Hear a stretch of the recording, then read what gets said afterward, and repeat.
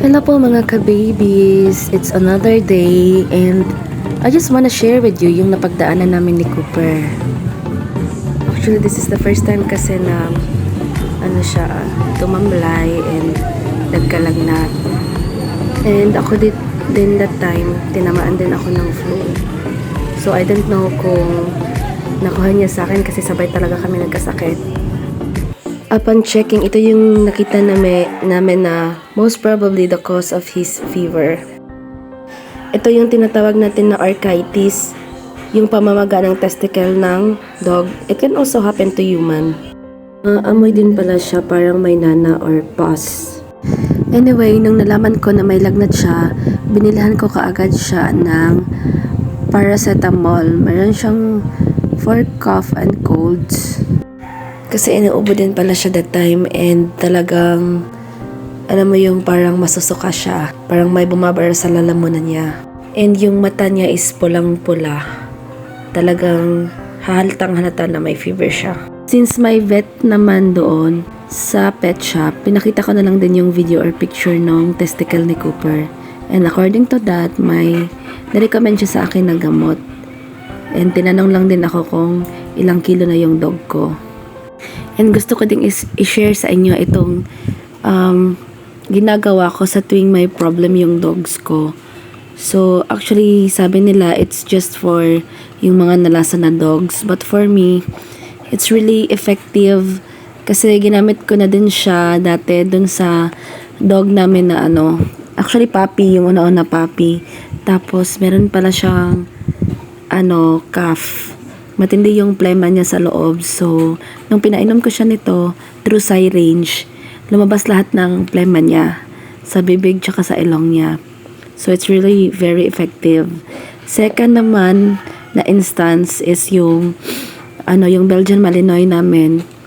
Parang 1 week na yata siya nagda-diarrhea. So, yun, pinainom ko din ng ganito, parang 3 times. And pagkatapos noon, nung pagpupo niya, lumabas yung plastic. May nakain pala siyang plastic. So, ito talaga ginagamit ko din if yung dog ko is walang ganang kumain or hindi ko makain. At first, ayaw nilang inumin to eh. So, ang ginagawa ko is sinaano ko siya sa syringe or dropper. Ang mga dogs kasi pag may nararamdaman sila or may fever sila, ayaw niya talaga nilang kumain. Kaya kailangan natin ng mahabang pasensya and i-force feed na lang natin para mas sure natin na merong nutrients na makuha sila sa katawan nila para lumakas yung immune system nila. Ito lang po encouragement ko mga ka-far parents, wag na wag po natin sila susukuan. Never po tayong mag-give up kaagad, lalo na sa mga times na ganito. They only have us. So for me, it bothers me because this is the first time na nagkalagnat si Cooper, plus may kennel cough pa, then meron pang arthritis. So, hindi ko talaga alam kung anong gagawin ko, but I did my best to help him out. And parang mga 5 days to 1 week yata kami nagsusubuan kasi ayaw niya talaga kumain. And maya-maya ino-offeran ko siya ng pagkain. It's either pork liver or pinapainom ko ng milk. Anything para lang kumain siya.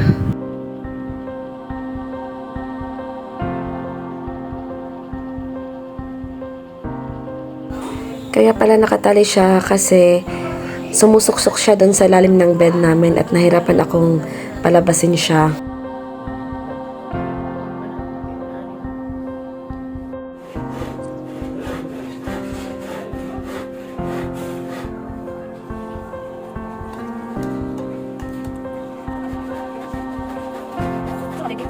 Ada kan sa ano?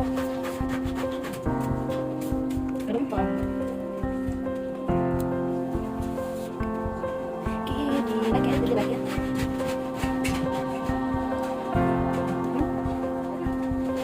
Dili na ba?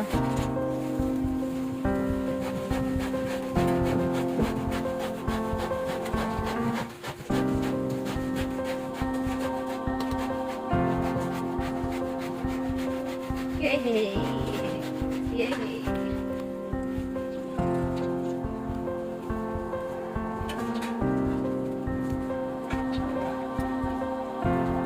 Ako nagpalit mo. Anak. Wow! Cooper is eating already. Thank you, God. After 7 days, he eats on his own and talagang tuwang-tuwa ako na habang tinitingnan ko siya na kumakain. One important tip po, pag walang ganang kumain yung aso nyo, bigyan nyo po ng pork liver or chicken liver. Kasi, yun po yung favorite nila. Nababanguhan sila doon. Lakas na din niya uminom ng milk. Sa-summarize ko na lang din po, if your dog is not feeling well, check niyo po kung anong problem.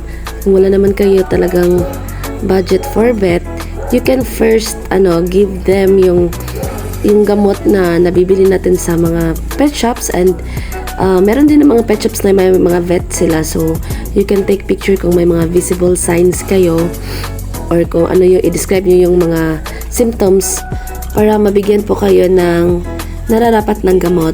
Wala din naman pong bayad if magtanong kayo. I-force feed nyo po pag wala silang ganang kumain, and bigyan nyo po ng vitamins, enough supplements para po malakas yung immune system nila, kasi yun po yung panglaban nila dun sa karamdaman nila. Yun lamang po for today. I hope you learned something, mga for mom and for dad, and thanks for watching.